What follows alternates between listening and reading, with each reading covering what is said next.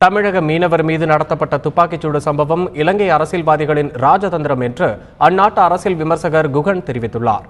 கொழும்புவிலிருந்து தொலைபேசி மூலம் தந்தி டிவிக்கு பேட்டியளித்த அவர் இவ்வாறு கூறினார். இலங்கையில் இருக்கும் கடற்படை இவ்வளவு காலமும் துப்பாக்கி பிரயோகங்கள் எதுவுமே பாக்கு நீரிணை அந்த சண்டையில் நடைபெறவே இல்லை. இப்ப திடீரென இப்படி ஒரு சம்பவம் நடைபெற்றது என்று சொன்னால் இரண்டு விஷயமான நோக்கங்களை நீங்கள் வெகு தெளிவாக ஆய்வு செய்ய வேண்டும். அது எப்படி என்று கேட்டால், ஒன்று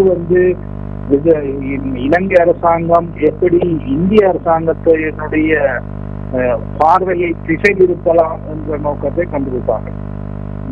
மற்றது இந்த மஹிந்த ராஜபக்சனுடைய அரசாங்கம் எப்படி ரணில் மைத்திரி அரசாங்கத்துக்கு ஒரு சங்கடத்தை ஏற்படுத்துவது, இது ரெண்டுமே எங்க சாத்தியப்படும். ஏனென்றால் உங்களுக்கு தெரியும், ராணுவ கட்டமைப்புகள் இல்லாட்டி கடற்படை கட்டமைப்புகளுக்குள்ள இரண்டு பக்கத்தினுடைய ஆதரவாளர்கள் சோல்ஜர்ஸாக இருக்கிறார்கள். ஸோ இதன் அடிப்படையில் தான் இந்த துப்பாக்கிச்சூடு நடத்தப்பட்டிருக்கு. அதுதான் உண்மை.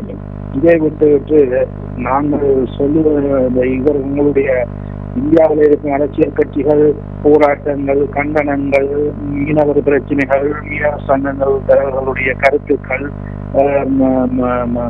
பாஜக கட்சியினுடைய கருத்துக்கள், அதிமுகவின் கருத்துக்கள், திமுகவின் கருத்துக்கள் எல்லாம் அரசியல் நோக்கங்களாகவும் அவர்கள் எப்படி இதை தெளிவுபடுத்தி மக்கள் மத்தியில் கொண்டு சென்று தங்களுக்கு ஒரு வாக்கு சேர்க்கிற நோக்கத்தை தான் பார்க்கிறார்களே ஒழிய, மீனவர்களுடைய அடிப்படை பிரச்சனை உயிர் போகும்போது இன்னைக்கு ஒரு உயிர் போயிருக்கு. இதை விட எத்தனையோ உயிர் கடந்த காலங்கள் போய்கொண்டே இருக்கின்றது. அதுக்கு எதுவுமே ஒரு மாற்று திட்டத்தை எந்த மாநில அரசாங்கமோ அல்ல மத்திய அரசாங்கமோ ஏற்படுத்தினதாக இதுவரைக்கும் எனது அறிவுக்கு தெரிந்த வரைக்கும் இல்லை.